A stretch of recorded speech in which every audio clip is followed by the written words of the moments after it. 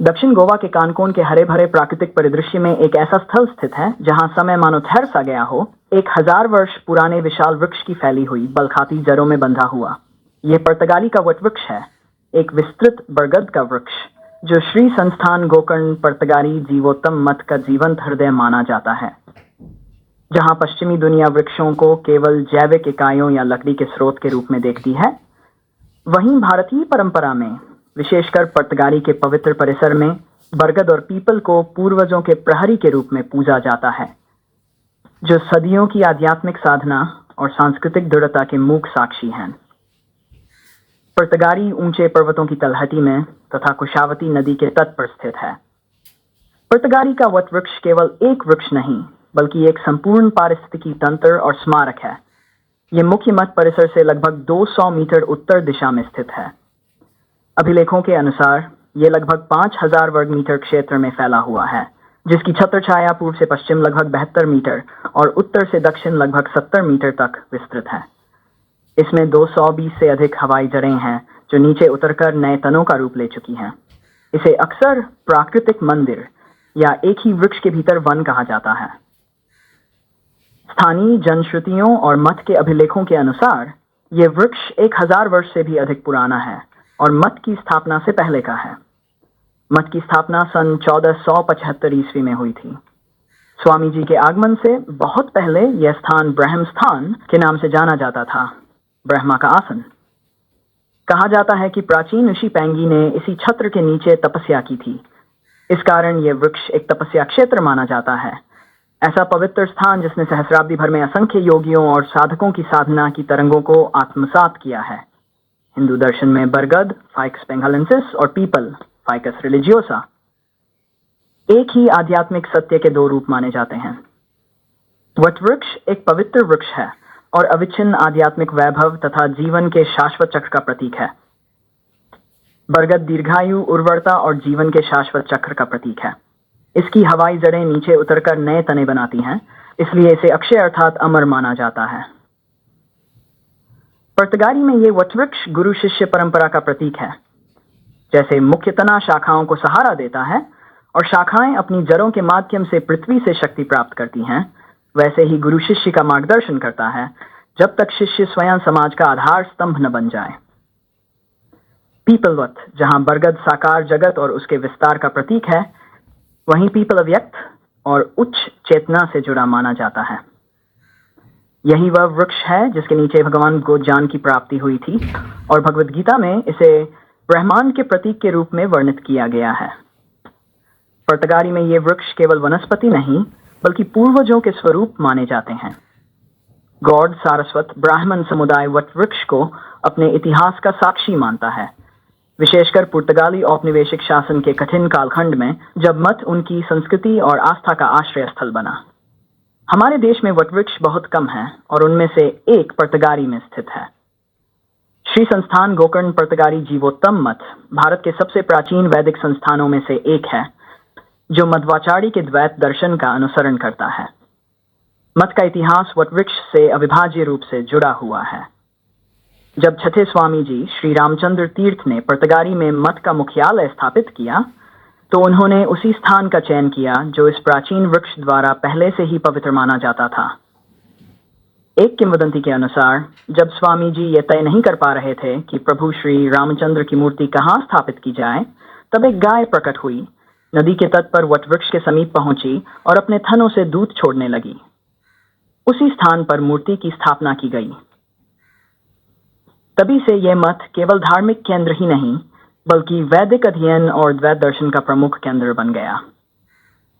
वृक्ष के आसपास का क्षेत्र पहले पर्वत कानन अर्थात पर्वतीय वन के नाम से जाना जाता था।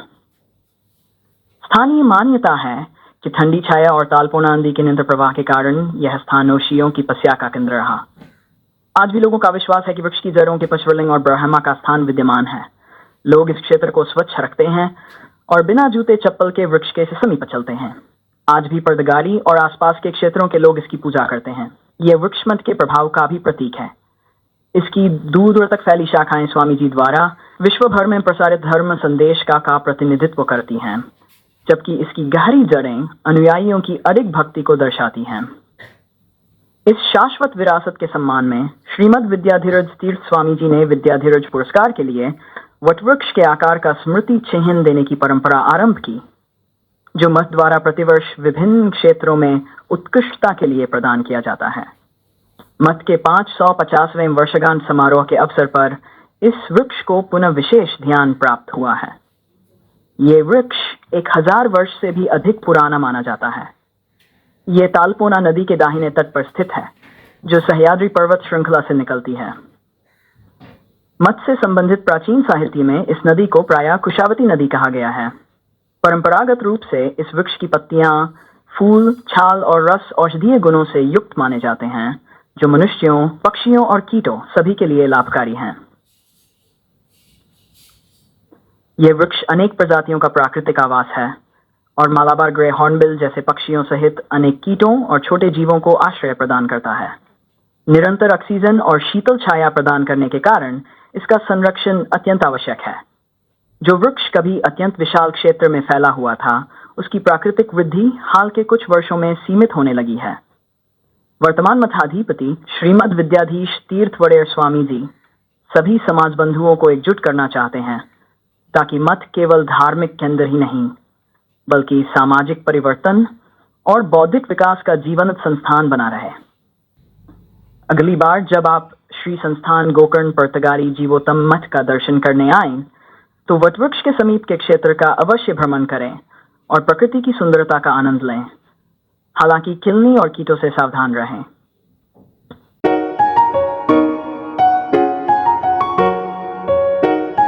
सृष्टिकर्ता ब्रह्मदेव ने इस नदी की रचना अपने कमंडलू के कुश, एक प्रकार की घास के अग्रभाग से पूर्व दिशा में की थी, ताकि यह श्री रामदेव की सेवा कर सके। श्री शक 1931 विरोधी संवत्सर आश्विन शुक्ल त्रयोदशी शुक्रवार 2 अक्टूबर 2009 को इस पुण्य नदी ने अपने उद्देश्य की पूर्ति की। पर्तगारी मठ के इतिहास में उल्लेख है कि वह दिन अत्यंत अद्वितीय और स्मरणीय था। सुबह से ही मूसलाधार वर्षा आरंभ हो गई थी और दोपहर तक वर्षा का वेग बढ़ता गया। कुशावती नदी प्रभु श्री रामदेव को पतत सेवा अर्पित करने के लिए वेग से बह रही थी। नदी का जल स्तर हर मिनट बढ़ रहा था। ब्रह्मदेव की आज्ञा का पालन करते हुए कुशावती श्री रामदेव के चरणों की ओर अग्रसर हो रही थी। संध्या तक बाढ़ का जल तेजी से बढ़ गया। धीरे धीरे कुशावती मंथ के पीछे की ओर से प्रवेश कर मानो संकेत दे रही थी कि वह मंथ में प्रवेश कर रही है। लगभग आधे घंटे बाद दाहुआ जल श्री रामदेव गर्भगृह में पहुंचा और श्री रामदेव की पाद्य पूजा की। उस दिन जल स्तर सामान्य से पद से भी अधिक ऊंचा था। परम पूज्य गुरु महाराज श्री मद्विद्याधिराज तीर्थ स्वामी जी प्रत्यक्ष साक्षी बनने वाले प्रथम व्यक्ति थे। गुरु परंपरा में वर्णित यह घटना कोई कल्पना कथा नहीं, बल्कि सृष्टिकर्ता के उद्देश्य की सिद्धि की सत्य गाथा है। यदि कोई चमत्कार घटित होता है तो वह स्थान अवश्य ही अत्यंत महत्वपूर्ण होता है। वही स्थान इस कुशावती नदी के उत्तर पूर्व समुद्र तट के समीप मठ के पास स्थित है। इसी कारण विश्वकर्मा ने श्री रामचंद्र, सीता देवी, लक्ष्मण और हनुमान सहित गोकर्ण की भूमि के नीचे से प्रकट होकर इस पवित्र स्थल गोविथी में निवास किया। कामधेनु के माध्यम से इस स्थान का निर्देश श्री रामचंद्र तीर्थ स्वामी जी को प्राप्त हुआ। शास्त्रों के अनुसार वह भूमि जो उत्तर दिशा की ओर नीची हो, जहां वर्षा का जल स्वाभाविक रूप से उत्तर की ओर प्रवाहित हो, धन और समृद्धि प्रदान करती है। पूर्व दिशा की ओर नीची भूमि संतानों और वंश वृद्धि की समृद्धि देती है। कुशावती नदी पूर्व से पश्चिम की ओर बहती हुई पर्तगारी मठ के समीप उत्तर की ओर मुड़ती है और वहां से उत्तर पूर्व दिशा में प्रवाहित होती है। आगम शास्त्र में इस स्थान को ईशान्य प्लव कहा गया है और इसे देवभूमि गोविथी के रूप में वर्णित किया गया है। समुद्र में मिल जाने वाली नदी का महत्व और भी अधिक माना गया है। इस प्रकार यह स्थान सभी दृष्टियों से अत्यंत महत्वपूर्ण है। ईस्वी 1646 में जब श्री रामचंद्र तीर्थ स्वामी जी दिव्य इच्छा के अनुसार श्री राम की मूर्ति लेकर यहाँ आए, तब यह स्थान पर्वतों के मध्य वन के बीच स्थित एक एकांत नदी क्षेत्र था। यहाँ प्राप्त गौमय से ज्ञात हुआ कि यहाँ गौएं आती थीं और जल पीती थीं।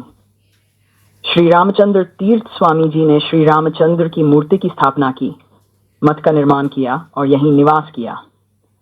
जैसे भगवान श्री राम ने अपने वनवास के समय प्राचीन पंचवटी में गोदावरी तट पर सीता और लक्ष्मण सहित निवास किया था, वैसे ही ऐसा प्रतीत होता है कि प्रभु श्री राम ने इस स्थान पर भी निवास किया।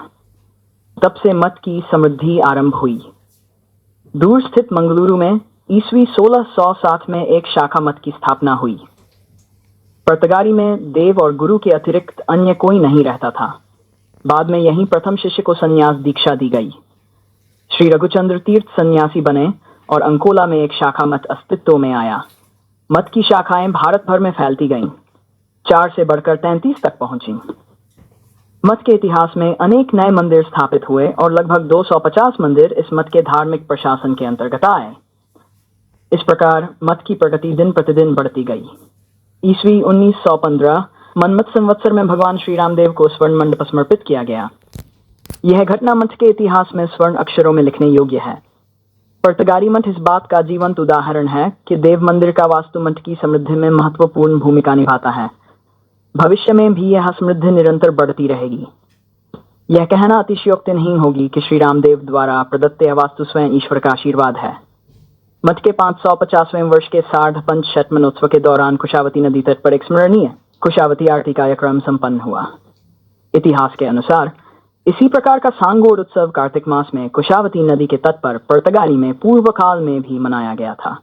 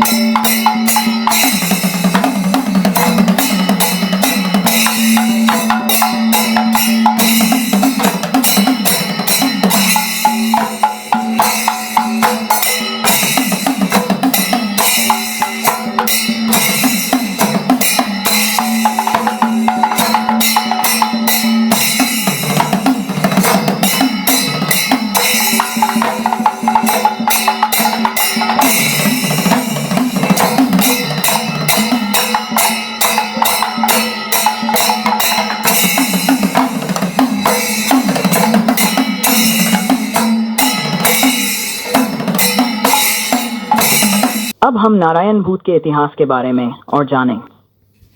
श्री राम की मूर्ति पर्तगारी मठ में प्रकट हुई और रामनवमी का उत्सव प्रारंभ हुआ। श्री रामचंद्र तीर्थ स्वामी जी ने उत्सव के लिए एक रथ बनवाया था। भगवान श्री राम की उत्सव मूर्ति को इस रथ में शोभा यात्रा के रूप में निकाला जाता था। पहले रामनवमी का उत्सव केवल रामनवमी की संध्या तक सीमित था।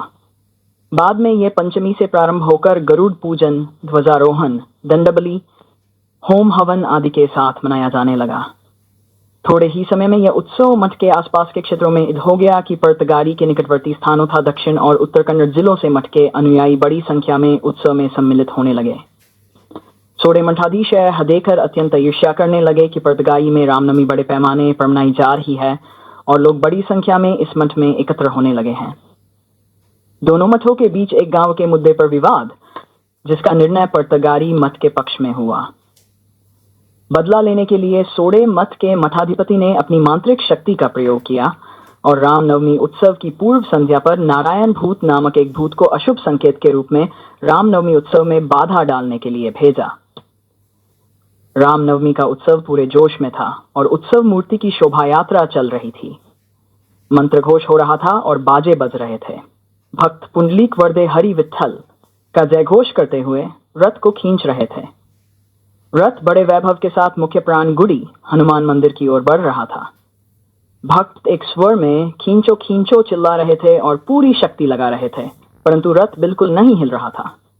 भक्त रथ से बंधी 6 बड़ी रस्सियों को पकड़कर पूरी ताकत से खींच रहे थे, फिर भी रथ नहीं चला। एक भक्त स्वामी जी के पास गया और सारी घटना सुनाई। श्री दिग्विजय रामचंद्र तीर्थ स्वामी जी उस समय उत्सव की अन्य व्यवस्थाओं में मन लगाए हुए थे। जब उन्हें यह समाचार मिला कि सब प्रयासों के बावजूद रथ आगे नहीं बढ़ रहा, तो उन्होंने अपने अंतर्जान से समझ लिया कि क्या हुआ है। वे तुरंत उठे, एक नारियल लिया और उस स्थान पर पहुंचे जहां रथ रुका था। अपनी योग शक्ति से उन्होंने नारायण भूत को आदेश दिया कि वह उस नारियल में प्रवेश करे और उस नारियल को मुख्य प्राण के चरणों में स्थापित कर दिया। जो नारायण भूत रथोत्सव में बाधा डालने पर्तगारी आया था, उसे रथबीडी में भगवान मारुति के चरणों के नीचे बंदी बना लिया गया। उस दिन से जब भी रथ मुख्य प्राण गुड़ी के पास पहुंचता है, तो गुड़ी के ऊपर से तेल में भिगोए हुए 2 वस्त्र नीचे फेंककर जलाए जाते हैं। इसके अतिरिक्त भूत राजा को नैवेद्य के रूप में नारियल अर्पित किए जाते हैं। जब पालकी शोभा यात्रा में इस गुड़ी के पास पहुंचती है, तब मुख्य प्राण और भूत राजा दोनों को नारियल अर्पित किए जाते हैं।